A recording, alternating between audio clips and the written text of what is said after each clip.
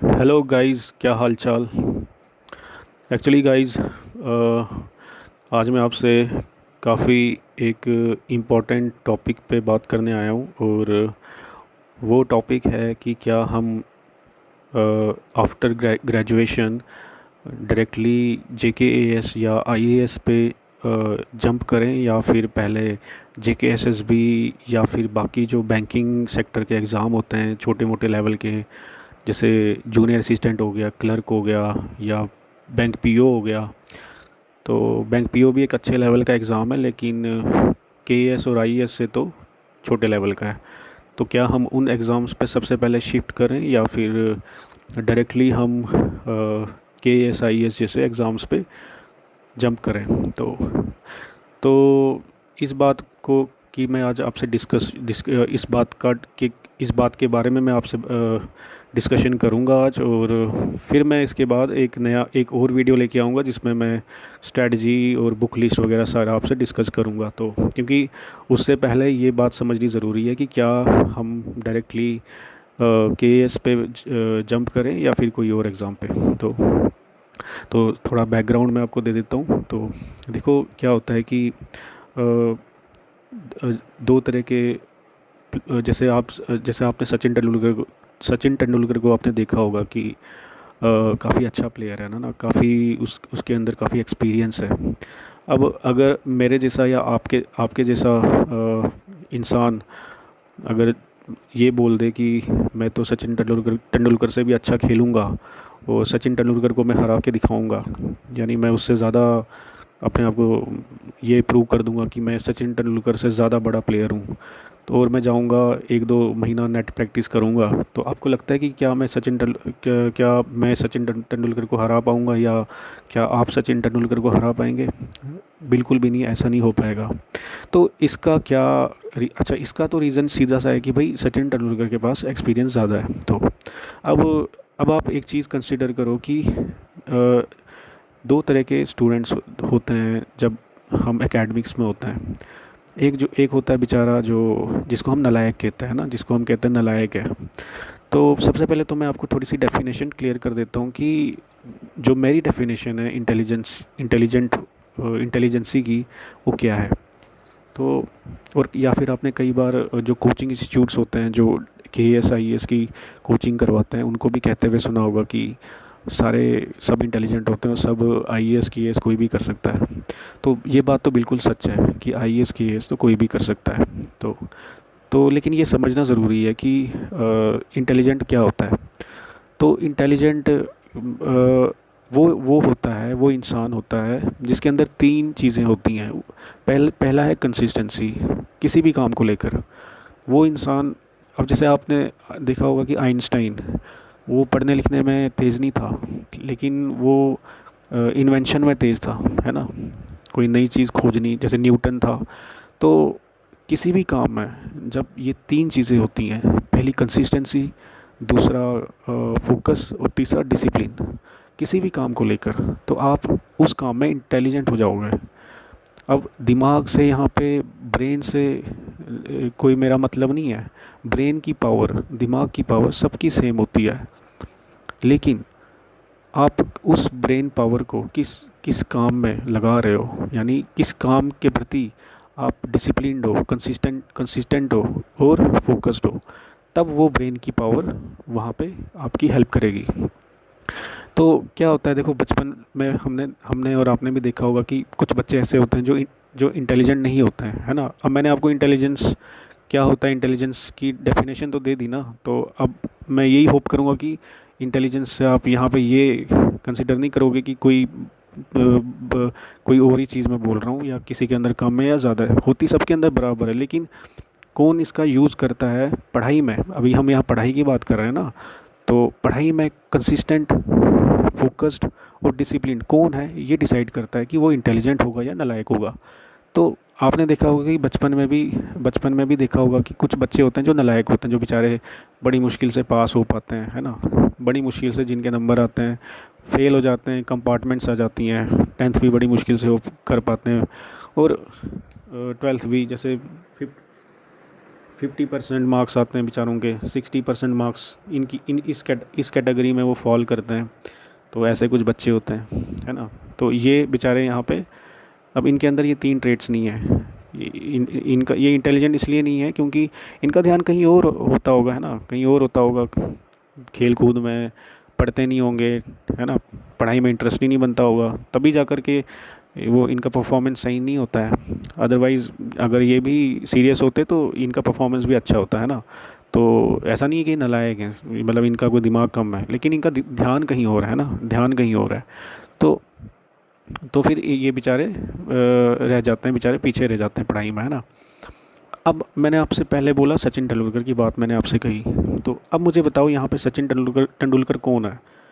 तो यहाँ यहाँ पे सचिन तेंदुलकर वो है जो बचपन से ही पोजीशंस लेता आ रहा है, जो फर्स्ट सेकंड रैंक से नीचे बात ही नहीं करता, जिसको लाना ही फर्स्ट रैंक है। हमारे जान पहचान में भी कई ऐसे कैंडिडेट्स थे, मतलब हमारे दूर पार के रिलेशंस में, कि 10th में ना पोजीशन भी आई तब भी रो रहे हैं, 12th में पोजीशन आई तब भी रो रहे हैं। यानी उनका इतना ज़्यादा इसकी तरफ फोकस था पढ़ाई की तरफ कि उनको चाहिए था 99%, 98%, 80% से नहीं बात बनती। तो ये वो कैटेगरी के बच्चे होते हैं जो हमेशा 80% से अबव मार्क्स लेते हैं, 90%, है ना, 95, 96। तो अब ये सचिन तेंदुलकर हैं इस फील्ड के, पढ़ाई के फील्ड के, ये सचिन तेंदुलकर हैं। तो इनके अंदर क्या चीज़ है, इनके अंदर वही चीज़ है जो सचिन तेंदुलकर के अंदर है क्रिकेट को लेके। क्या क्या? कंसिस्टेंसी, डिसिप्लिन, फोकस, है ना। कंसिस्टेंसी, डिसिप्लिन, फोकस, यानी ये पढ़ाई की फील्ड के सचिन तेंदुलकर हैं, और इनके अंदर ये तीन चीज़ें बचपन से ही डेवलप हो गई हैं, ठीक है। अब मुझे एक चीज़ बताओ, आप इनको आईएएस में बिठा दोगे, केएएस में बिठा दोगे, तो क्या इनको पढ़ने में डिफ़िकल्टी होगी? नहीं होगी ना। अब जो बेचारा, वो जो मैंने बताया पहले कि जो बेचारा मुश्किल से पास हो रहा है, 50-60%, जिसके बड़े मुश्किल से नंबर आ रहे हैं, उसके अंदर ये तीन चीज़ें नहीं होंगी, तभी वो बेचारा नहीं ले पा रहा है नंबर।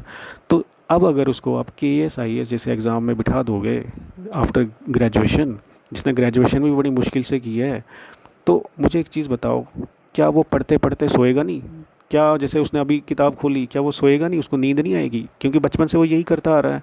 और क्या क्या वो कंसिस्टेंटली पढ़ पाएगा? यानी 2-3, क्या ऐसा कभी हो पाएगा कि वो एक दिन पढ़ेगा और फिर 2-3 दिन, 4-4 दिन का गैप लगेगा और फिर वो पढ़ाई फिर 10 दिन के बाद उठाएगा किताब? तो ऐसे तो आईएएस केएएस नहीं होगा ना, क्योंकि ये एक बड़ा डिसिप्लिन तो नहीं मैं कहूँगा, लेकिन इसमें आपने कम्पीट करना है ना, पास तो नहीं करना है ना। तो कम्पीट करना है तो फिर ऐसा नहीं चलेगा ना, इसमें आपको सचिन तेंदुलकर बनना ही पड़ेगा आईएएस केएएस में। तो सबसे पहले इन बच्चों को डेवलप करना पड़ेगा। क्या करना पड़ेगा डेवलप? ये तीन ट्रेड्स, कंसिस्टेंसी, डिसिप्लिन, फोकस। किस मामले में? पढ़ाई के मामले में। तो अगर ये बच्चे डायरेक्टली जाएंगे ना आईएएस केएएस में, तो ये लोग खज्जल हो जाएंगे, क्योंकि इनको 2-3 साल तो ये बेचारे अपना फोकस बनाने में ही लगा देंगे। इनको तो 2-3 साल सिटिंग बनाने में ही निकल जाएंगे इनके, ठीक है। इनके लिए तो यही बहुत बड़ी बात होगी कि ये रोज़ाना पढ़ लें, रोज़ाना वो स्टेज लाने के लिए जहाँ पर ये रोज़ के रोज़ पढ़ें, कंसिस्टेंसी से पढ़ें, फोकस से पढ़ें, डिसिप्लिन से पढ़ें। वो डिसिप्लिन, वो फोकस, वो कंसिस्टेंसी लाने में ही इनके 3-4 साल निकल जाएंगे। फिर पता नहीं कब ये केएएस करेंगे, कब आईएएस करेंगे, तो खज्जल हो जाएंगे। तो लेकिन जो बच्चा इंटेलिजेंट बचपन से ही है, तो उसको ज़्यादा डिफ़िकल्टी नहीं होगी। यानी जिसके अंदर ये तीन ट्रेड्स जो हैं वो पहले से ही डेवलप हैं, जिसका इंटरेस्ट पहले से ही पढ़ाई में है, तो वो पहले अटैम्प्ट में ही प्रीलिम्स निकाल लेगा, मेंस निकाल लेगा और इंटरव्यू तक भी आ जाएगा। हो सकता है इंटरव्यूज़ में रह जाए, लेकिन 2-3 साल के अंदर वो इंटरव्यू भी क्रैक कर जाएगा। जहाँ 2-3 साल में वो बंदा इंटरव्यू क्रैक करके ले गया, या बहुत पॉसिबिलिटी कि वो फर्स्ट अटैम्प्ट में ही निकाल जाए, वहाँ बेचारा ये बच्चा 2-3 साल में तो सिटिंग बनाने में ही निकल जाएंगे इसको। तो ये कब क्रैक करेगा, कब निकालेगा? समझ रहे हैं आप?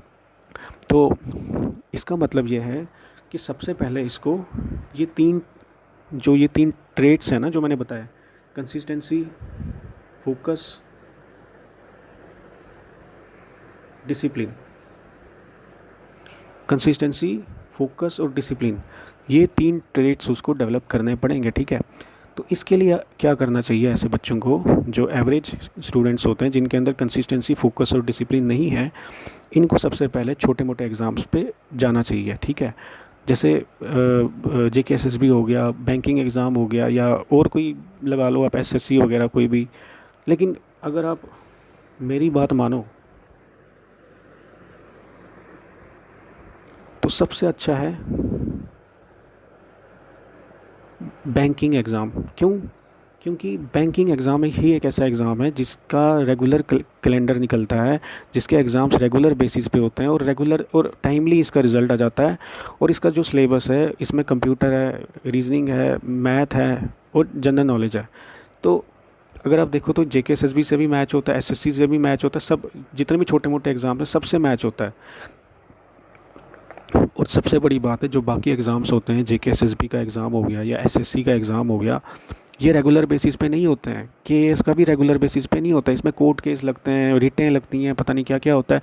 तो बेचारा वो स्टूडेंट जिसका ऑलरेडी डिसिप्लिन नहीं बना हुआ है, वो बेचारा उसको कब कितना टाइम निकल जाएगा उसको डिसिप्लिन बनाने में, कितना टाइम निकल जाएगा उसको सीखने में, ये वाले ट्रेड्स डेवलप कर पाने में। लेकिन अगर वो बच्चा बैंक के एग्ज़ाम की तैयारी करेगा तो उसके अंदर, क्योंकि ये रेगुलर बेसिस पे होते हैं, इनका रिज़ल्ट ये एक इनका एक प्रॉपर कैलेंडर होता है और उस कैलेंडर के हिसाब से ही पूरे एग्ज़ाम्स इनके होते हैं। तो ये एक एग्ज़ाम देगा, फिर दूसरा आ जाएगा, फिर तीसरा, यानी एक साल के अंदर ही ये कोई 5-6 एग्ज़ाम दे देगा। क्योंकि SBI है, दूसरा IBPS है, ठीक है, फिर पंजाब नेशनल बैंक है, पता नहीं कितने बैंक्स के एग्ज़ाम्स की पोस्ट निकलती रहती है। तो ये मल्टीपल एग्ज़ाम देता रहेगा और विद इन 1 and 2 ईयर्स ये डेवलप कर लेगा अपने अंदर वो तीन ट्रेड्स, ठीक है। जब ये एग्ज़ाम देगा फिर इसको झटका लगेगा, फिर इसके अंदर थोड़ा सा होश आएगा, फिर इसको झटका लगेगा, फिर इसको होश आएगा, क्योंकि हमें फेलियर्स ही हमारे अंदर वो होश लाते हैं, ठीक है ना। अब वो कंसिस्टेंसी ना होने का कारण है क्योंकि हमारे अंदर होश की कमी है, हमें होश ही नहीं है कि हम क्या कर रहे हैं।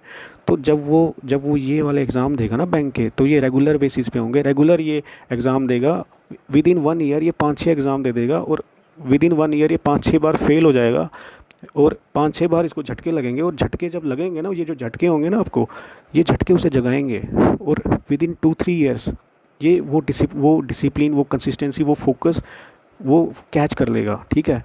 फिर with in 2-3 years most probably उसकी कहीं ना कहीं छोटी मोटी जॉब लग जाएगी, जैसे JKSSB में। क्योंकि अब वो मैथ कर रहा है, रीजनिंग कर रहा है, तो तेज़ हो जाएगा, रीजनिंग मैथ में तेज़ हो जाएगा। तो जहाँ कहीं ज़्यादा पोस्टें आ गई, जैसे जूनियर असिस्टेंट की आ गई या कुछ, वो क्रैक कर जाएगा, उसकी जॉब लग जाएगी, विद इन 2-3 ईयर्स उसकी जॉब मोस्ट प्रोबेबली लग जाएगी। लेकिन अगर जॉब नहीं भी लगती है तो वो असेसमेंट कर सकता है अपना 2-3 साल के बाद, जब आपको लगे कि हाँ अब 5-6 महीने हो गए यार, 5-6 महीने से तो मैं लगातार पढ़ ही रहा हूँ, है ना। 5-6 मंथ्स हो गए कि यार मैं तो लगातार पढ़ रहा हूँ। अच्छा, मैं जब पढ़ता हूँ तो मैं पढ़ते पढ़ते सोता भी नहीं हूँ, ठीक है। अच्छा, जब पढ़ते पढ़ते सोता भी नहीं हूँ तो पढ़ता भी मैं ऐसे हूँ कि स्ट्रेटजी बना के पढ़ता हूँ, क्योंकि मैंने इतने एग्ज़ाम दे दिए, इतना फेल हो चुका, या पता लग रहा है मुझे कि यार कैसे पढ़ना है, स्ट्रेटजीज़ अपने आप ही डेवलप हो जाती हैं फिर। अच्छा, मुझे मोटिवेशन की भी ज़रूरत नहीं पड़ती है। सबसे पहली बात तो जो मोटिवेशन ढूंढते हैं ना पढ़ाई का, मोटिवेशन नहीं चाहिए होता पढ़ाई के लिए। अगर आपको देखो, मैं आपको बताता हूँ कि आप IAS KAS पे डायरेक्टली जंप करो या ना करो।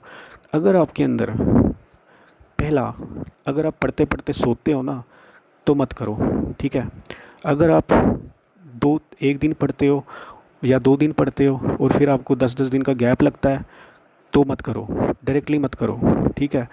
अच्छा, फिर जब वो कंसिस्टेंटली जब वो ऑब्ज़र्व करेगा कि हाँ यार अब तो मैं 5-6 महीने से पढ़ रहा हूँ, अच्छा मैं पढ़ते पढ़ते सोता भी नहीं हूँ, अच्छा और मैं स्ट्रेटजीज़ भी फॉर्म कर रहा हूँ, तो अब टाइम आ गया। इसका मतलब क्या है?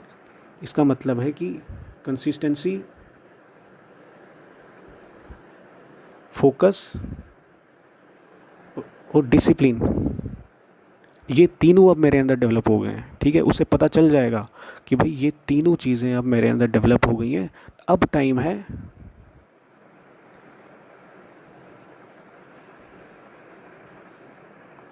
आईएएस केएएस पे जंप करने का, ठीक है। तो ये टाइम होगा उसके लिए आईएएस केएएस पे जंप करने का, ठीक है। तो ये होती है साइंटिफिक साइंटिफिक तरीका। क्योंकि हम क्या होते हैं, हम इमोशंस में आ जाते हैं, हम ना क्या देखते हैं, हम भीड़ देखते हैं कि भीड़ कहाँ भाग रही है, कि आईएएस कर रहे हैं, सब केएएस कर रहे हैं। पता भी है हमें कि यार हमसे पढ़ा नहीं जाता, हम सो जाते हैं, हमसे डिसिप्लिन नहीं मेंटेन हो पाता, फिर भी हम बड़ी बड़ी बातें सुनते हैं, बड़ी बड़ी बड़े बड़े इनकी कि कर सकते हो आप, ये है वो ठीक है। लेकिन साइंटिफिकली सोचो ना, दिल के साथ साथ आप दिमाग भी तो यूज़ करो ना। तो दिमाग भी आपको यूज़ करना पड़ेगा, दिमाग के बिना काम नहीं होगा। तो आपको जैसे एक स्टोरी थी चंद्रगुप्त मौर्य की। तो स्टार्टिंग में वो उसे काफ़ी डिफीट मिली थी। तो क्या हुआ कि वो थक हार के ना, मतलब हार गया, तो वो एक कुटिया में पहुंचा, है ना। तो वहाँ पे कोई बुढ़िया थी, मतलब बूढ़ी माँ थी कोई। तो उसे भूख लगी थी, तो बूढ़ी माँ ने उसे खाने को खिचड़ी दी। तो चंद्रगुप्त मौर्य ने क्या किया, सीधा बीच में हाथ डाल दिया। खिचड़ी गर्म थी तो उसका हाथ जल गया। तो तो फिर बूढ़ी माँ ने आप समझाया कि तू वही गलती यहाँ पे भी कर रहा है जो तूने अपनी लड़ाइयों में की, कि तू डायरेक्ट बीच में क्यों हाथ मार रहा है। तू साइड से खाना, तू साइड से खाएगा तो तेरा हाथ नहीं जलेगा और धीरे धीरे तू सारी खिचड़ी ख़त्म कर देगा। तूने क्या किया, तूने जो बड़े बड़े जनपद थे, तब जनपद, जब तब स्टेट्स को जनपद कहते थे मौर्यन एम्पायर में, कि ये जो बड़े बड़े जनपद हैं, तू उन पे क्यों अटैक कर रहा है, तू छोटे मोटे जनपदों पे अटैक कर। तो फिर चंद्रगुप्त मौर्य की दिमाग की खिड़की खुली। उसने क्या किया, उसने छोटे छोटे जो स्टेट्स थे, जो तब के जनपद जो होते थे, तो उन पे फिर उसने अटैक करना शुरू किया। और फिर वो महाजनपद आज पे जाने लगा। और फिर उसने जो सबसे बड़ा जो मगध एम्पायर था उस टाइम पे, वो जीत लिया था नंदास से। तो तो ये चीज़ है, आप अगर डायरेक्टली बिना सोचे समझे इमोशंस में आके, और ख़ासकर ये सेमिनार सुनकर, जो बड़े बड़े सेमिनार होते हैं ना, इनकी बातें सुनकर, क्योंकि मैं आपको बिल्कुल साइंटिफिकली और एक्सपीरियंस के हिसाब से बता रहा हूँ कि आपको बिल्कुल दिल के साथ साथ आपको दिमाग का भी यूज़ करना होगा। इमोशंस में आके नहीं आपको ये चीज़ करनी है। सपने हम देखते हैं ना कि हाँ मैं आईएएस बन गया, केएएस बन गया, बिल्कुल मैं कर सकता हूँ, बिल्कुल मैं कर सकता हूँ, बिल्कुल आप कर सकते हो, उसमें कोई शक नहीं है। लेकिन दिमाग यूज़ करोगे तभी कर पाओगे। पहले तो आप दिमाग यूज़ करो कि क्या आपके अंदर ये 3 ट्रेड्स हैं, कंसिस्टेंसी, फोकस और डिसिप्लिन। उसके बाद ही फिर आप केएएस आईएएस पे जंप करो। अदरवाइज़ अब सबसे बेस्ट है बैंक का एग्ज़ाम पकड़ लो, क्योंकि वो हर साल होते हैं, और साल में पता नहीं कितने एग्ज़ाम, 5-6 एग्ज़ाम तो हो ही जाते हैं उसके। तो कंटिन्यूटी में जब आप वो एग्ज़ाम दोगे ना, तो आपके अंदर एक डिसिप्लिन मेंटेन होना शुरू हो जाएगा। क्योंकि आपको फेलियर्स मिलेंगे, और जब तक झटके नहीं लगते हैं तब तक हम सुधरते नहीं हैं, तो वो झटके आपको जगाएंगे। तो विद इन 2-3 ईयर्स आप इतने ज़्यादा जाग चुके होंगे कि आपके अंदर एक आग उबलनी शुरू हो जाएगी, नहीं कि आपके अंदर एक सीरियसनेस आ जाएगी। तो गाइज़ अब मैं अगला जो वीडियो है वो मैं बुक लिस्ट और स्ट्रेटजी से रिलेटेड मैं वो अपलोड करूँगा। लेकिन उससे पहले ये वीडियो ज़रूरी था। तो बाकी आपकी अपनी मर्ज़ी है, आपको जो ठीक लगता है वो आप कर सकते हैं। तो मेरे को जो ठीक लगा, जो मैंने अब आज तक जाना है, वो मैंने आपको बता दिया है। तो फिर आप सारी चीज़ें कंसिडर करके आप डिसाइड करो कि आपको केएएस और आईएएस पे उतरना है, क्योंकि मजाक नहीं है कोई। केएएस आईएएस पे उतरना है, या फिर आप उसी हिसाब से, अगर ये 3 ट्रेड्स आपके अंदर हैं, या अगर नहीं भी अगर, या आपको लगता है कि आप कर सकते हो, ठीक है, तो आप आईएएस केएएस पे आ जाओ। अदरवाइज़ फिर आप बैंकिंग एग्ज़ाम पे आ जाओ, जो सबसे मेरा बेस्ट सजेशन है। बाकी आपकी मर्ज़ी है। तो मैं नेक्स्ट वीडियो अब बुक लिस्ट वगैरह जो है उस पर लेके आऊँगा, स्ट्रेटजी वगैरह पे। तो तब तक के लिए थैंक यू।